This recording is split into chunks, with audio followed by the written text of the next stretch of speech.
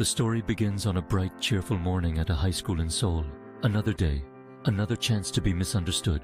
The camera zooms in on Lei, a quirky, eccentric boy who always seems a little off to everyone around him. He wears mismatched clothes, carries a notebook filled with strange doodles, and is known for his oddball antics around campus. Despite this, Lei is secretly a genius with a heart of gold. He's just misunderstood.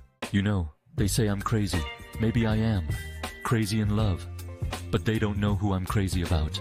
The camera follows Jam, a quiet, beautiful girl who has her life perfectly together. She's studious, responsible, and seems completely out of Lei's league.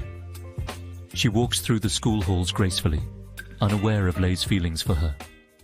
Lei is head over heels in love with Jam, and he believes that fate is on his side.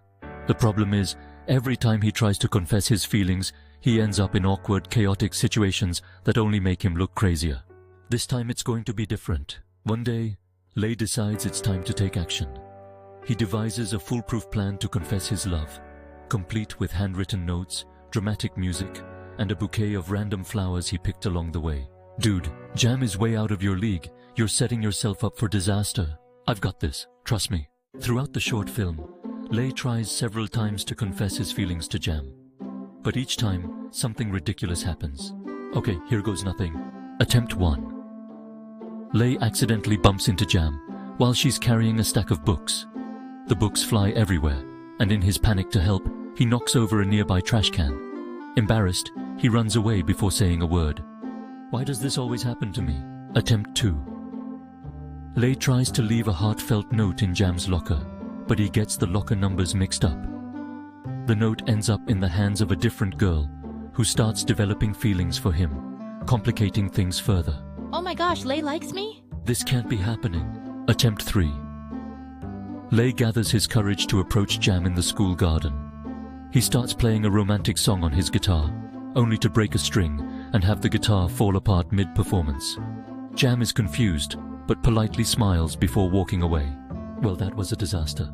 Jam is confused, but politely smiles before walking away. One afternoon, Lei sees Jam sitting alone in the library, looking upset. He approaches her, but this time, instead of trying to be flashy or over the top, he simply sits down next to her. Hey, you okay? Lei listens as Jam opens up about the pressures of school and feeling like she has to be perfect all the time. It's just so much pressure, you know? I feel like I have to be perfect all the time. Lei, in his quirky way, says something surprisingly profound. Being perfect is overrated. It's the crazy things that make life interesting, don't you think? Jam looks at him, surprised by his insight. She smiles for the first time, and Lei feels his heart skip a beat. After their conversation, Lei realizes that he doesn't need grand gestures to show Jam how he feels. The next day, he walks up to her, hands her a small, simple flower. This time, just one flower, not a mismatched bouquet, and quietly says, I've liked you for a long time. I know I'm not perfect. Actually, I'm pretty far from it. But I like you a lot, and I'd love the chance to get to know you better. Jam is taken aback, but in a good way. She smiles warmly and responds, I think I'd like that too.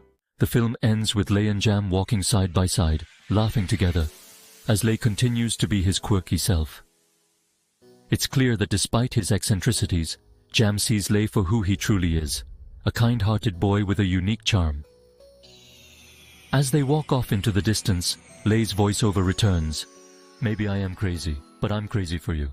The camera pans to the sunset as the two share a light-hearted conversation, with the feeling that this is just the beginning of their quirky, unexpected love story.